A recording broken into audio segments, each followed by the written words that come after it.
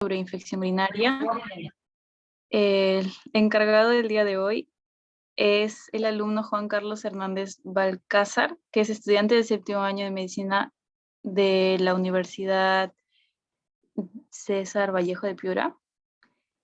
Es coach en la Academia USAMEDIC, es staff del Grupo CTO del Perú. También es tutor de fisiología y creador de contenido médico, y ahí podemos ver su nick de Instagram para que lo vayan a seguir. Y vamos a dar el paso con el ponente. Hola chicos, ¿qué tal? Buenas tardes. A ver, un momento para compartir, por favor.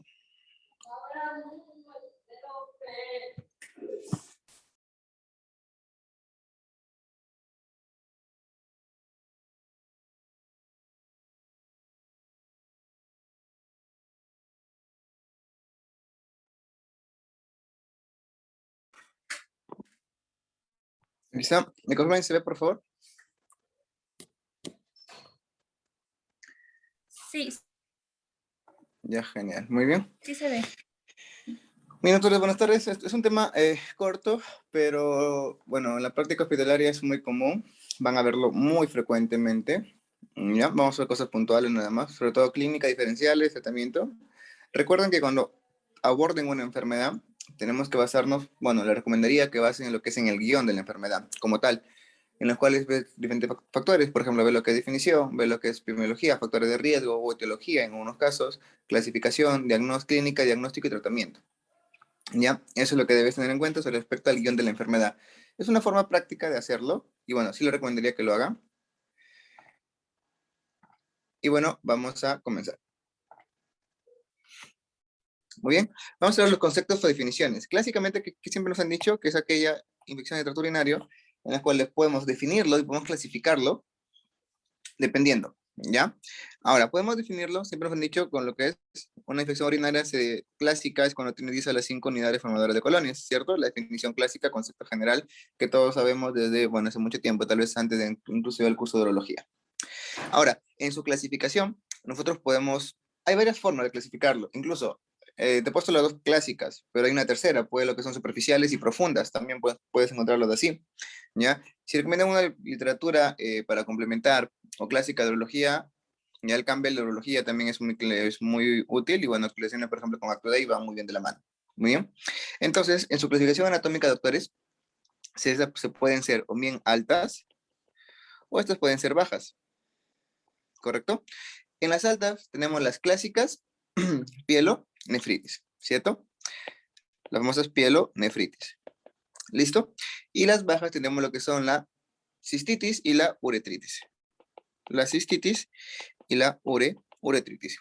Dependiendo de ellas, ya dependiendo de ellas si son altas o bajas, va a haber clínica. Y eso es importante a tener en cuenta, porque ya que por temas de examen o por historia son preguntas muy sencillas, y la clínica cuando dan motivos de consulta también es muy sencillo, ¿no? Recordemos que factores de riesgo a tener en cuenta para una ITU tenemos lo que son en mujeres, y este es por un factor de riesgo netamente anatómico, ya sabemos que por nivel de la uretra, ¿correcto? En mujeres embarazadas también, y en embarazadas, perdón, embarazadas por la progesterona, por niveles aumentados de progesterona. Recuerda que la progesterona, ¿qué es lo que hace? Relajar el músculo liso, ¿cierto? Muy bien. Y siempre, muchachos, les digo, cuando aborden una enfermedad, no solamente se centren en esta área, siempre saquen repasos relacionales como hacemos en la academia, y así les ayuda mucho mejor. Si yo les digo, por la progesterona, relajación de músculo liso en embarazada, aparte de ITU, ¿qué enfermedad pensarían? ¿Alguien sabe? Si les digo, es una causa, un factor de riesgo importante tener en cuenta la progesterona que causa relajación del músculo liso en gestantes, aparte de ITU, ¿qué pensarían? Si alguien escribe en el chat, sería genial. ¿Alguien tiene alguna idea, doctores? Es muy común, ¿ah? Es muy común. Su gol estándar es que pHmetría de 24 horas, sus tratamientos son con inhibidores de bomba de protones, el ERG. Entonces, ya tienes un concepto importante relacionado con gastro. Entonces, esa es la idea. Cuando tú abordas una enfermedad, no solo te centres en esta área. ¿Por qué? Porque los pacientes no vienen según el libro. En el examen sí, según el libro, ¿ya? Pero en la vida real no se presenta así. Entonces recuerda que la progesterona es un factor de riesgo para que exista una ERG en la gestante, ¿ya? Muy bien. En pacientes en los cuales están hospitalizados, también es un factor importante. Son los factores que quiero que tengas presentes cuando nosotros hablamos de ITU, ¿ya? Muy bien, eso es lo que debemos tener en cuenta, doctores. Ahora, de acuerdo con sus complicaciones, podemos clasificarlas clásicamente en una complicada, obviamente, y en una no complicada. Concepto general, doctores. Esto tienes que hablar, hablamos con respecto a la clínica, ya la toxicidad que tiene el paciente, al cuadro clínico que se está presentando. ¿Listo? Ahora, hombre, doctores, toda ITU en hombres, aunque sea una cistitis, es complicada. Ya toda ITU en un hombre, ya toda ITU en un hombre, ¿correcto? Es complicada. Ya el concepto que debes tener en cuenta. Toda ITU en un hombre debe ser tratada como una ITU complicada. Y recuerda también con respecto que acá puede haber una complicada también lo que es una hematuria. Pero acá es un dato importante, la hematuria. ¿En qué momento ocurre la hematuria? ¿Ya? ¿Por qué? Porque esto es una clásica, correcto, hematuria que ocurre al final, ¿ya? Al final de lo que es la diuresis. Porque si te dicen al inicio, piensa en lo que son cálculos. Si te dicen durante todo el cuadro, todo el momento corino, doctor, y no sangre, piensa en una neoplasia. Ya, pues esos datos no son fidedignos, pero sí específicos o un poco interesantes a tener en cuenta. ¿Listo? Entonces, esa es la clasificación que nosotros podemos tener. ¿Ya? Y recuerda, en tus complicadas también todo paciente que presenta catéteres, ¿ya? ¿Listo? Todo paciente que tiene neuropatía obstructiva, ¿listo? O paciente que tenga trasplante renal, se que deben también catalogar como pacientes con ITUS complicadas, ¿sí? ¿Ya? Eso es lo que debemos tener en cuenta. Y también pacientes en lactantes, en pediatría, lo que es el reflejo vesículo-uretral, que el tratamiento básicamente es observación, nada más, porque se tiende a regresar, ¿no? Recordemos los 4 o 5 grados que tiene esa patología, y cuando lo vean en el área de pediatría. Muy bien, entonces ya hemos hablado de factores de riesgo, ya hemos hablado de su clasificación tanto anatómica o mente o complicaciones, y como les digo, hay otra clasificación que las partes según su profundidad, ¿ya? Que según su profundidad también te pueden mencionar en algunos casos la cistitis o la uretritis son perviciales o profundas y son las prostatitis o los accesos o las pielonefritis incluso, ¿ya? Muy bien, entonces eso es lo importante. Y acá te generé unas definiciones con respecto, sacado de Act2Day, tal cual está. ¿Listo? Recuerda lo que es una hito complicada, ¿ya? Y clínicamente, ¿cómo catalogamos un hito complicada? El dato importante que yo quiero que tengas presente es fiebre, por favor, ¿ya?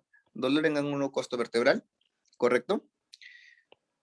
Y lo que es todo lo que es la clínica de fiebre. ¿Por qué? Porque si te dicen esto, en un cuadro clínico, doctores, esto es una hito complicada y esto es característico de lo que es una pielonefritis, ¿ya? Esto es característico de una pielonefritis. Y cuando digan estos casos, cualquier caso clínico de examen, cuando veas bancos o vean bancos, ya es clásico eso. Ya piensa en pielonefritis o cuando digan lo mismo. Muy bien. Y recuerda con cortejo vegetativo. Con cortejo vegetativo estamos refiriendo a lo que es náuseas y vómitos. ¿Listo? Y ese es un dolor, doctores. ¿Cuál es el dolor característico? Ya, náuseas y vómitos. Ya, es algo muy característico. Y ahora, en poblaciones especiales, tenemos mujeres embarazadas y receptores del trasplante renal, que ya te voy a mencionar posteriormente, cuando damos tratamiento en pacientes asintomáticos. Porque no toda ITU se trata. ¿Ya? Aquí te explico el por qué. Ahora, en su patogenia nosotros tenemos 3 vías. La hematógena, la linfática, la hematógena, la linfática y la ascendente. ¿Ya? La ITU clásica es ascendente. ¿Ya? Si te dicen, por ejemplo, en TBC genoturinaria por tuberculosis, hematógena, ¿ya? Por diseminación hematógena, pero la clásica es por ascendente. Y el factor de riesgo más importante, o el factor virulento más importante a tener en cuenta acá, son los pili de la E. coli. ¿Por qué? Porque pregunta clásica, la causa más frecuente de ITU en general, te puede preguntar así, en ITU general, E. coli. La causa más frecuente de ITU en pacientes hospitalizados, E. coli. La causa más frecuente de ITU, ¿correcto? Lo que es en pacientes ambulatorios, ITU, ¿ya? No importa cómo te cambie la pregunta, siempre va a ser ITU. La causa más frecuente en pacientes inmunodeprimidos, ITU, ¿ya? En pacientes portadores de sonda vesical, la causa más frecuente, E. coli, ¿ya? Eso es lo que debemos tener en cuenta. ¿Listo? Eso es lo que debemos tener en cuenta. Muy bien. Ahora, vamos a hablar de unas definiciones, doctores, con respecto a bacteriología sintomática, y en mujeres y en varones, ¿ya? Y recuerden una vez más, doctores, la virulencia más importante, ¿ya? Es el microorganismo y esta es por los pili, ¿ya? Por los pili. Ahora, si tú revisas, por ejemplo, el libro de nefrología, ¿ya? El avendaño, te menciona que la causa más frecuente de ictus en mujeres sexualmente activas, le pongo mujeres sexualmente activas, así te pone, ¿ya? Es el Staphylococcus saprophyticus, ¿ya?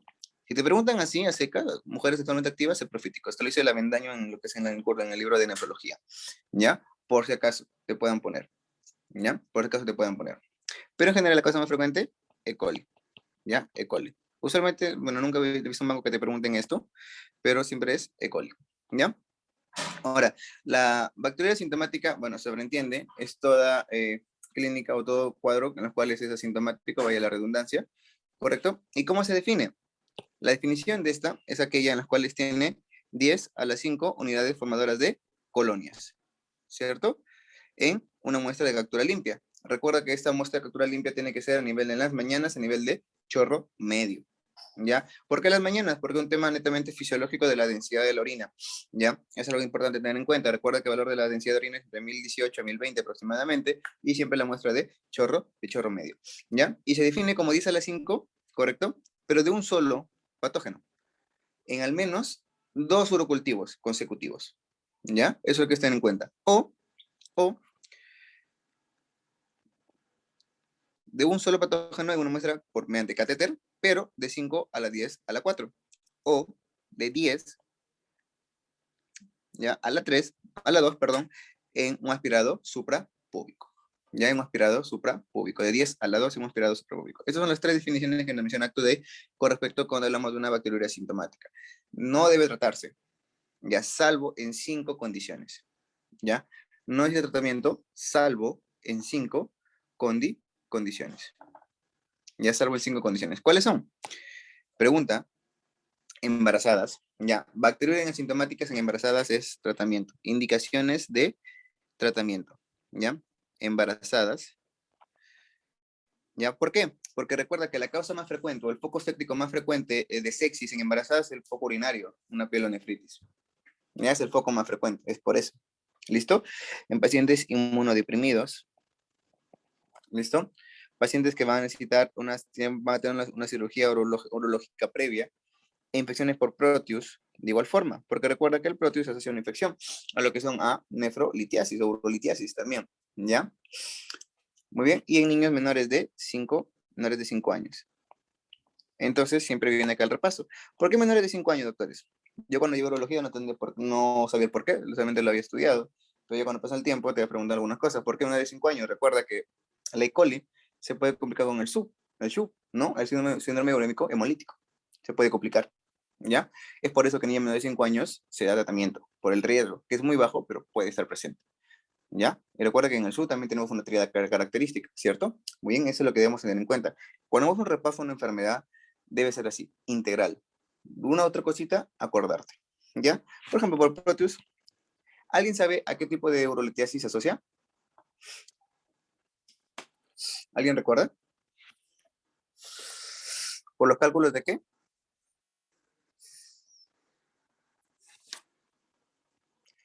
¿Alguien recuerda, doctores, qué cálculos? Oxalato de calcio, fosfato cálcico, mediante los de estruvita, ¿ya? Proteus asocia a lo que son los cálculos de estruvita. Es por eso también manda el riesgo. ¿Por qué? Porque en la fisiopatología, bueno, ya habrán llevado el tema, imagino, en la fisiopatología, lo que es la formación de cálculos, tenemos zonas estables, metastables, infraestables. Entonces, en la forma metastable, ocurre una alteración de la densidad, básicamente por el Proteus. Entonces, eso es lo que genera un cuadro de mayor predisposición a la formación de lo que son cálculos. Muy bien. En embarazadas ya hablemos porque es un foco séptico, ¿no? En inmunodeprimido se sobreentiende y en cirugía obviamente también se sobreentiende el porqué. Son las cositas, doctores, que debemos tener en cuenta. Son las 5 indicaciones que debemos tener en cuenta para una bacteriuria sintomática.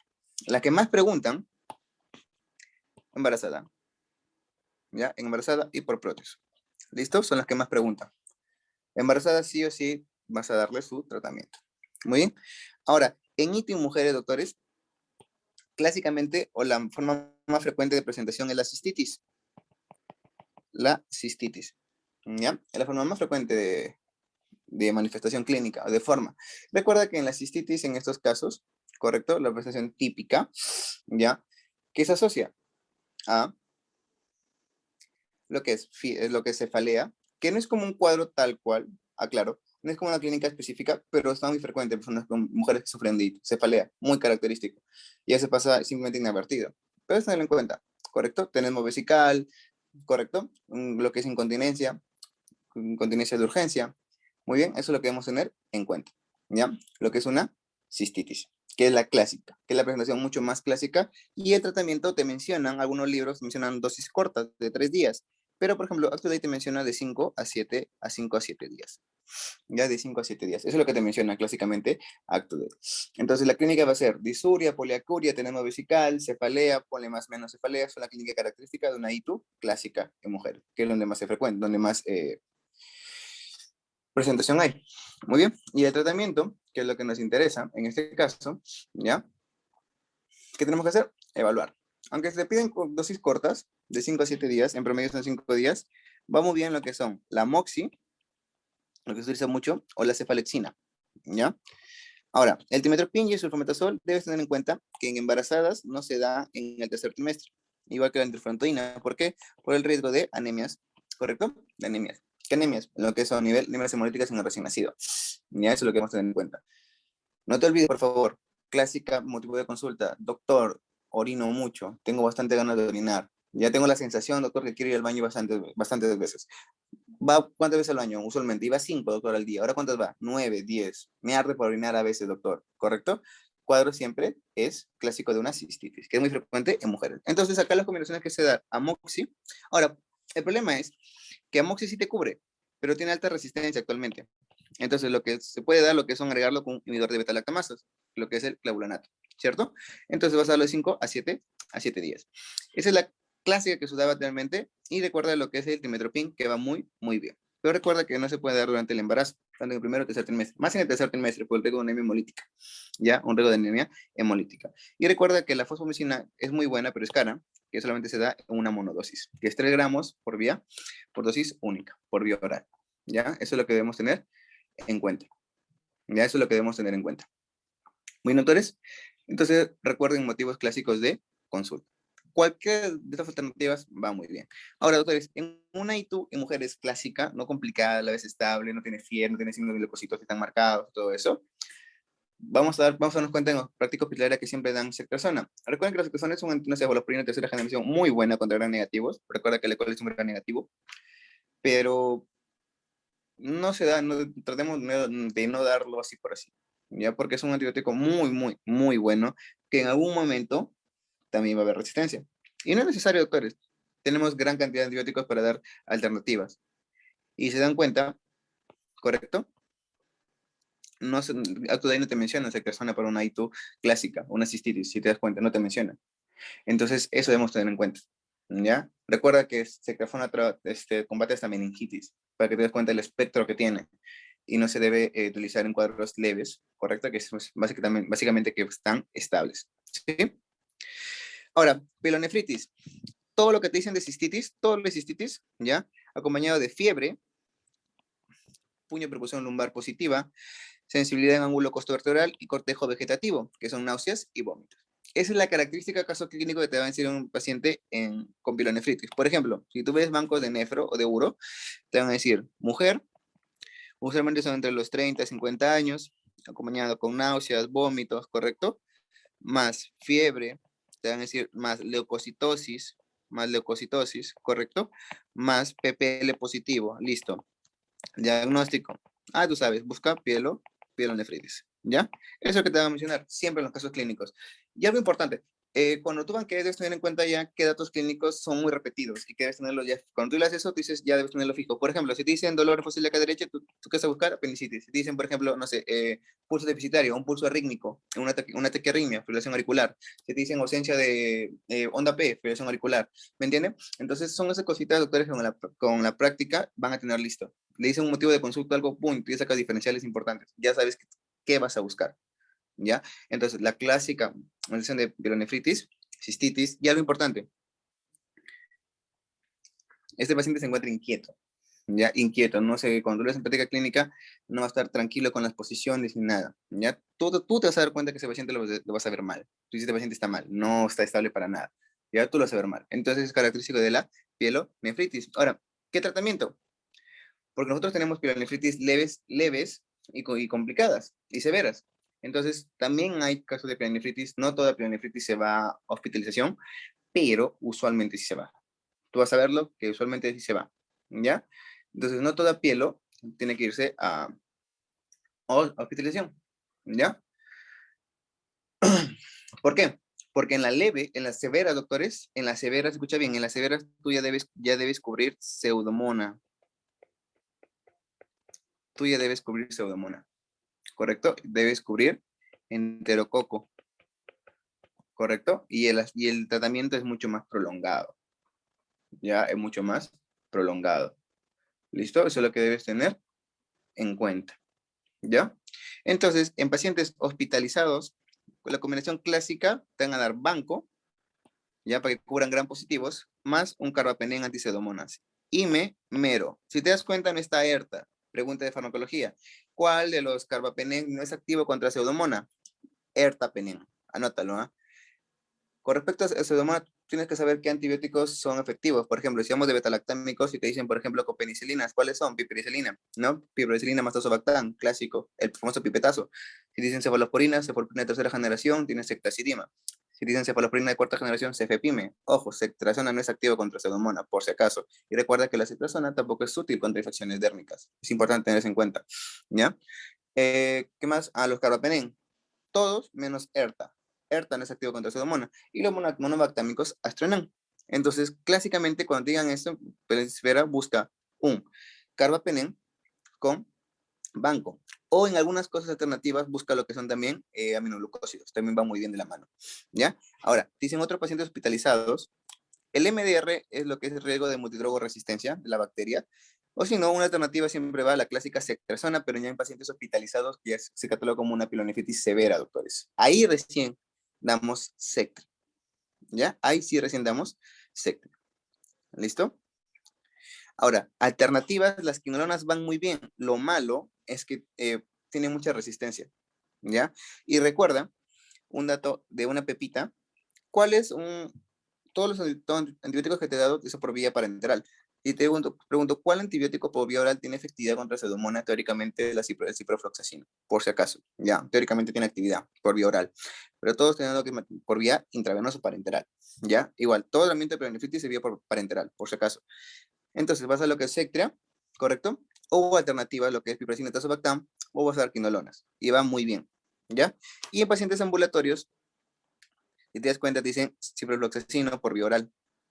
Correcto, todo lo que son quinolonas, pero como te digo, tienen bastante, últimamente tienen lo que es, bastante resistencia. Por lo tanto, alternativas que está dando gentamicina, y es lo que más vas a ver, ¿ya? Y recuerda que la tropamicina es la mejor de todas, pero es la más nefrotóxica y es la más ototóxica, ¿ya? La tobramicina es la mejor de todas, la más potente, pero igual es la más nefrotóxica y la más tóxica. Entonces, en conclusión, para no confundirnos, si tienes paciente con pielonefritis, tienes que cubrir gran negativos.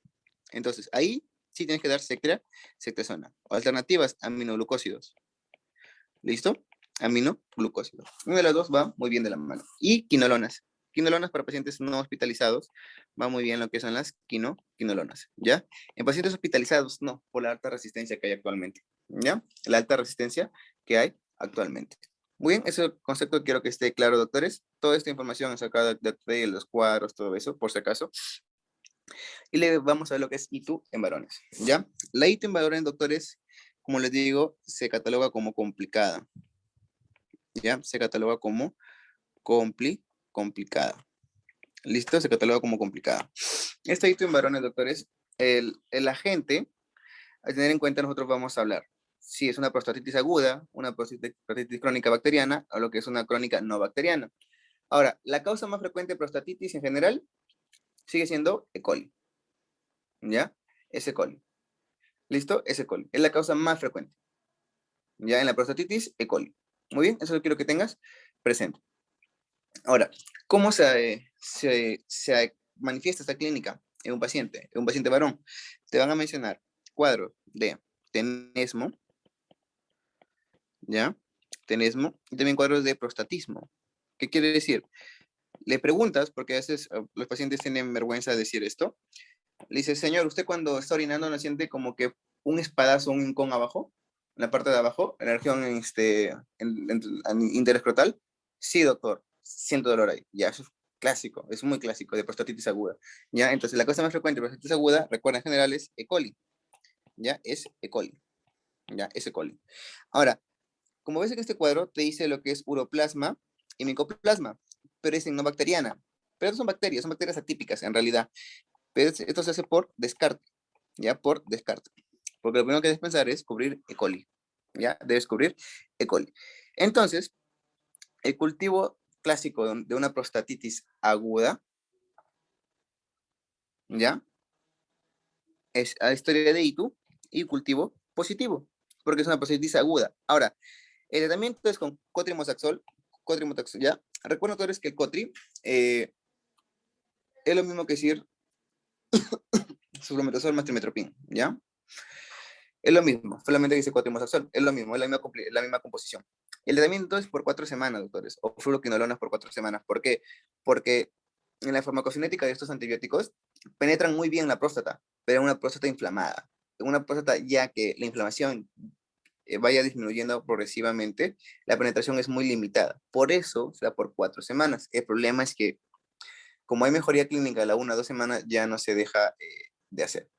Ya no se deja de consumir los medicamentos. Y un dato importante, doctores, acá ten en cuenta, no se hace masaje prostático ni sondaje, ¿ya? Por el riesgo de diseminación bacteriana. Ya es lo que se ten en cuenta. No se hace, por eso siempre es bueno una buena anamnesis, ¿ya? Una muy buena anamnesis. Entonces, el tratamiento puede ser cotri o fluoroquinolonas por 4 semanas. Clásico, tenesmo, igual poliacuria, va a ser disuria, ¿correcto? Y prostatismo, ¿ya? Prostatismo.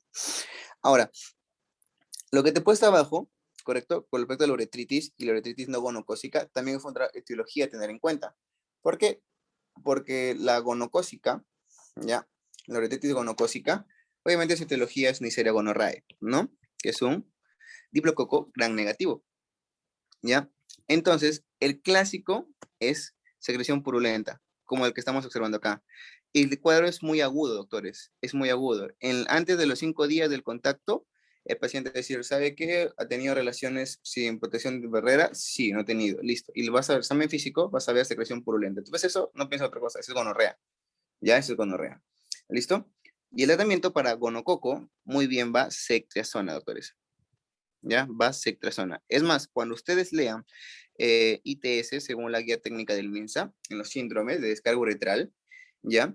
Se da ceftriaxona, 200 miligramos intramuscular dosis única, más acitromicina 1 gramo dosis única. Eso es lo que es para el síndrome uretral o descarga, según la norma técnica del MINSA, ya que cubre también tanto clamidia y cubre tanto lo que es gonococo. Porque la segunda clasificación, que es la uretritis no gonocócica, es por clamidia. ¿Ya? Por clamidia. Y este es un cuadro más subagudo, doctores. ¿Por qué? Porque es a los 7 a 14 días. 7 a 14 días. Es un cuadro mucho más subagudo. ¿Correcto? Es un cuadro mucho más subagudo. Eso es lo que debemos tener en cuenta. ¿Listo? Eso es lo que debemos tener en cuenta. Ya es un cuadro mucho más subagudo. ¿Correcto? Muy bien, ya hemos hablado de algunos conceptos importantes y la secreción es mucoide, doctores, mucopurulenta. Y recuerda que para clamidia va muy bien las tetraciclinas o macrólidos. Por eso, para síndrome, recuerda que técnica de MINSA se da ceftriaxona intramuscular 250 miligramos, dosis única, más, correcto, acitromicina vía oral 1 gramo. ¿Ya? Esa es la clásica descarga, que es según guía técnica de MINSA. ¿Ya? Ahora, el tratamiento etiológico cambia, es muy distinto, pero como nosotros nos regimos ante las guías técnicas, recordemos que eso es lo que nos va a preguntar en exámenes, básicamente, ¿ya? Es otra idea a tener en cuenta, ¿ya? Por favor. Las citus en varones siempre son complicadas, ¿ya? Las citus en varones siempre son complicadas, ¿ya? Y si les preguntan, doctor, ¿cómo es que el familiar o por el estilo tiene lo que son una prostatitis aguda? Recuerda que la E. coli es una enterobacteria. Entonces, en relaciones no anatómicas, sin protección de barrera, genera un factor de riesgo para lo que es una ITU, una prostatitis aguda, y también para lo que es una epididimitis, ¿ya? Es un factor de riesgo muy importante. Pero si dicen una epididimitis, recuerda que la causa más frecuente de epididimitis ¿ya? Es conocida como la EPI del varón. Es como si la enfermedad pélvica inflamatoria, pero del varón, ya la epidimitis. Recuerda que la causa más frecuente, teóricamente, siempre es menor de 35 años, clamidia trachomatis y gonococo, y la causa y mayor de 35 años, enterobacterias. Se catalogaba así anteriormente por las prácticas sexuales, ¿no? Pero ahora en general, siempre te van a decir, piensa en clamidia, cuando diga una epidimitis, ¿ya? Es algo muy importante, doctores, ¿ya?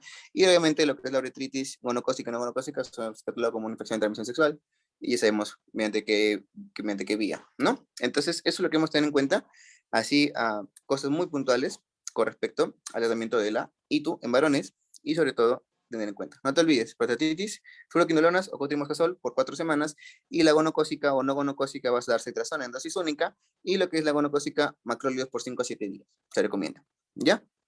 Eso es lo que quiero que debas tener en cuenta. O tetraciclinas. Pero un dato importante, siempre recuerden entonces que la farmacología es importante, no debemos por dar un fármaco sin saber qué puede pasar con el paciente. Recuerda que las tetraciclinas, por ejemplo, la doxiciclina, ¿ya? Al paciente tú le das doxiciclina, debes evitar las exposiciones al sol. ¿Por qué? Porque genera hiperpigmentación de la piel.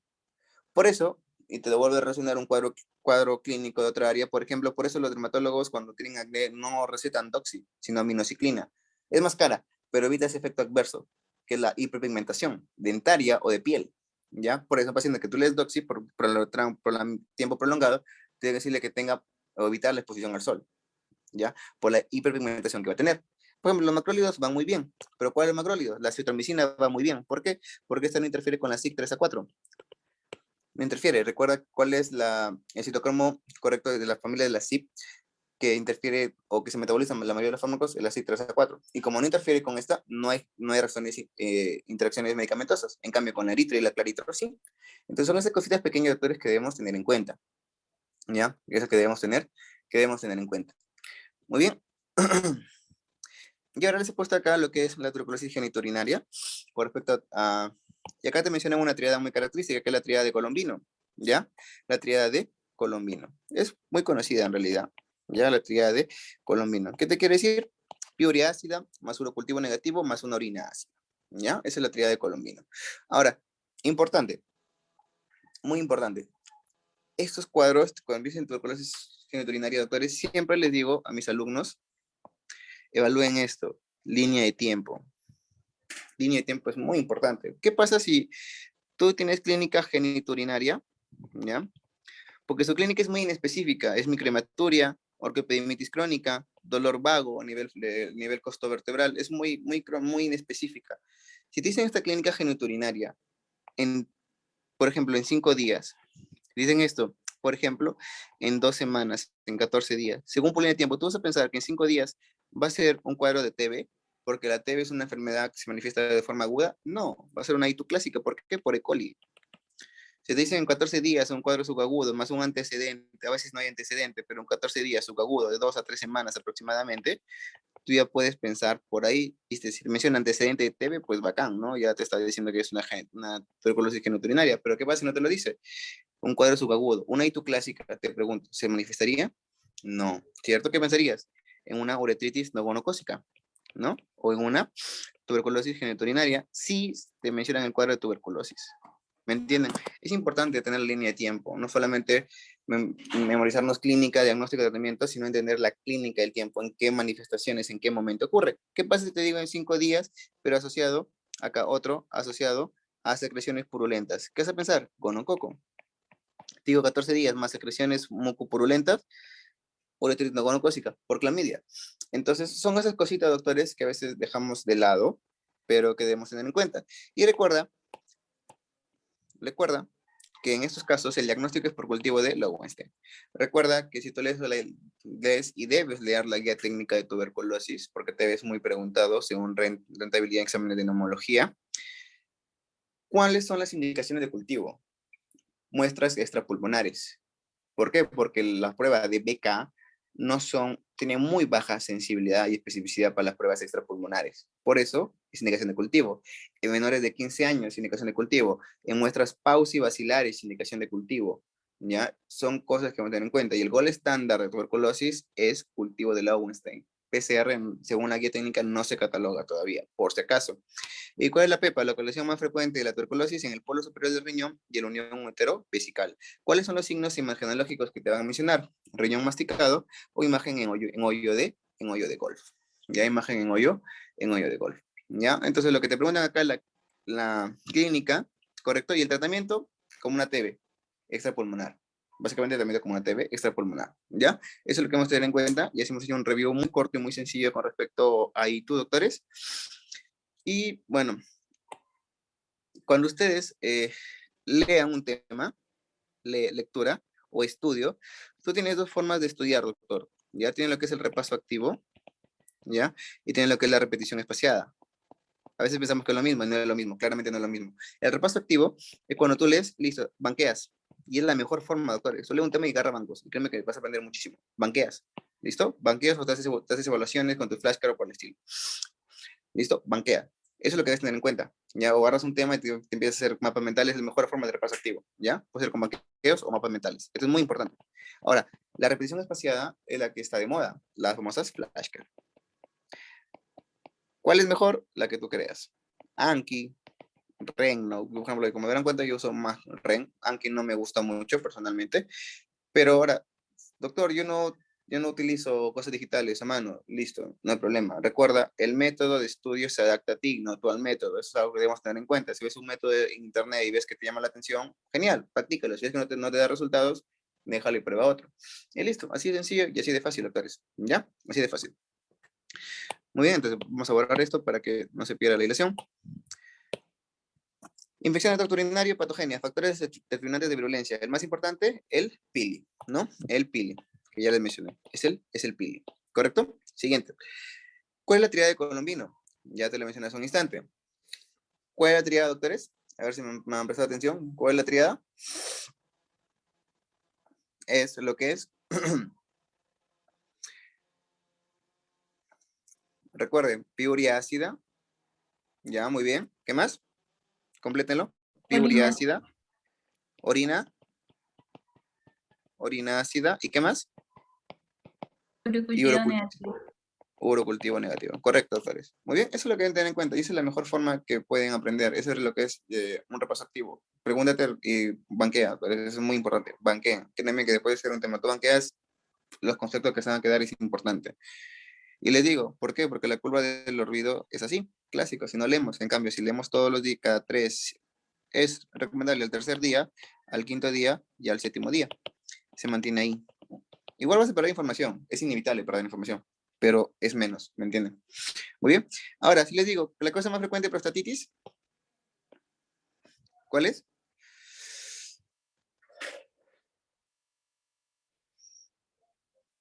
E. coli. Correcto, E. coli. Y recuerden que E. coli está metido en muchas etiologías. Por ejemplo, E. coli, cuando vean en pediatría, por ejemplo, eso es lo que es un repaso relacional. Por ejemplo, en síndrome urémico hemolítico, el homosexual, ¿ya?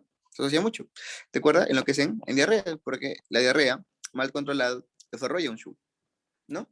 Desarrolla un SHU. Recuerda que tenemos en diarreas mucosas o lo que son sanguinolentas. ¿Listo? Eso es lo que hemos de tener en cuenta, la E. coli. Muy bien. Es la causa más frecuente de la que? Diarrea del viajero. La causa más frecuente de la diarrea del viajero. ¿Listo? Es una causa muy, muy característica. Y son estos cositas, doctores, que si nosotros vemos, nos ayuda mucho a tener en cuenta. ¿Sí? Nos ayuda mucho lo que es a tener en cuenta.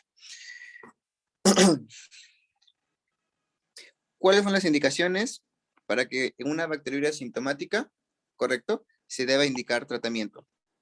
Dije 5. ¿Cuáles son? Dije 5 indicaciones para que en una bacteriuria sintomática, correcto, se haga tratamiento. ¿Cuáles son? Embarazo, a la cabeza, la más importante. Embarazo, listo. ¿Qué más? Infección por Proteus, muy bien. ¿Qué más? Inmunosuprimidos, listo. ¿Qué más? Menores de 5 años, correcto. ¿Qué más, doctores? Le falta uno. Enfermedad urológica. ¿correcto? Enfermedad urológica. Listo, hablamos de embarazo, listo. Si hablamos de infecciones de embarazo, recordemos que es la causa más frecuente de sepsis en el embarazo. ¿Quieren meterle más nivel? Recuerden que nosotros tenemos un Q-SOFA ginecológico, por si acaso, ¿eh? Hay un Q-SOFA ginecológico que cambia, lo que cambia básicamente es la frecuencia respiratoria y le cambia lo que es la presión arterial sistólica, cambia los parámetros. ¿Por qué? Porque recuerda que en la fisiología del embarazo hay lo que es una vasodilatación y lo genera una hipotensión en el primer y segundo trimestre. Ya tercer trimestre, perdón. Entonces, el Q-SOFA ginecológico, que sí existe, por si acaso, ya, los parámetros cambian. Eso es lo que vamos a tener en cuenta. Por ejemplo, un dato ahí aislado que les puedo dar. ¿Listo? Muy bien. Recuerden que el tratamiento en embarazada, lo que es nitrofurantoína va muy bien. Va muy bien. Ya, la nitrofurantoína. Listo. Por Proteus, recordamos que nosotros nos asociaba lo que es litiasis. ¿Por qué tipo de cálculos? ¿Alguien recuerda los cálculos de Proteus? ¿A qué cálculos asociaba? De Struvita. Muy bien. Pero yo le pregunto, ¿cuál es la causa más frecuente de litiasis, de urolitiasis? ¿Alguien sabe? Oxalato, correcto, doctor, correcto, muy bien, los de oxalato. Inmunosuprimidos, obviamente, ya está indicado. En menores de 5 años, por el riesgo de síndrome urémico hemolítico que ya hemos hablado, y lo que es enfermedades urológicas previas. Muy bien, entonces ya hemos hecho un pequeño repaso relacionado, doctores, así corto y puntual. Y hemos visto, se dan cuenta, hemos visto gineco, hemos visto pediatría, ¿me entienden? Hemos visto gastro. Y así, doctores, mientras más integración hagan al momento de repasar, no se van a olvidar. ¿Listo? Eso es lo que debemos tener en cuenta. Causa más frecuente de ITU, sea nosocomial, inmunodeprimidos, portadores de onda vesical, ¿cuál es? E. coli, ¿cierto? E. coli. Muy bien, eso es lo que ya hemos visto.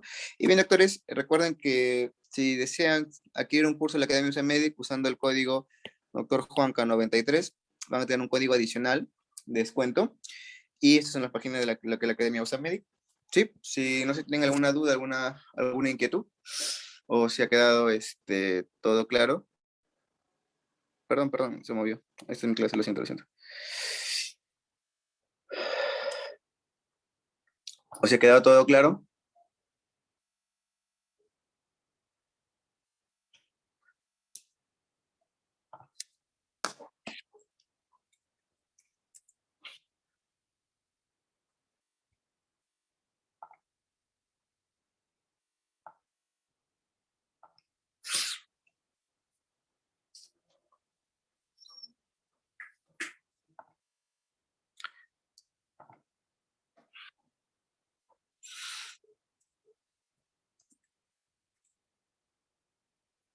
Bueno, chicos, hasta aquí hemos terminado. No sé si tienen alguna duda, alguna inquietud.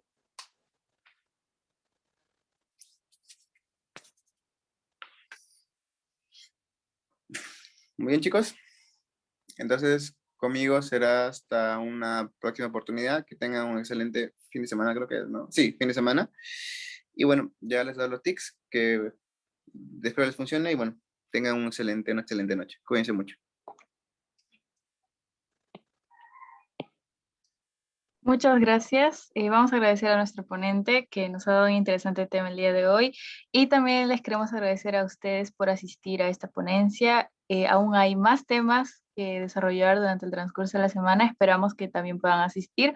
Quedamos despedidos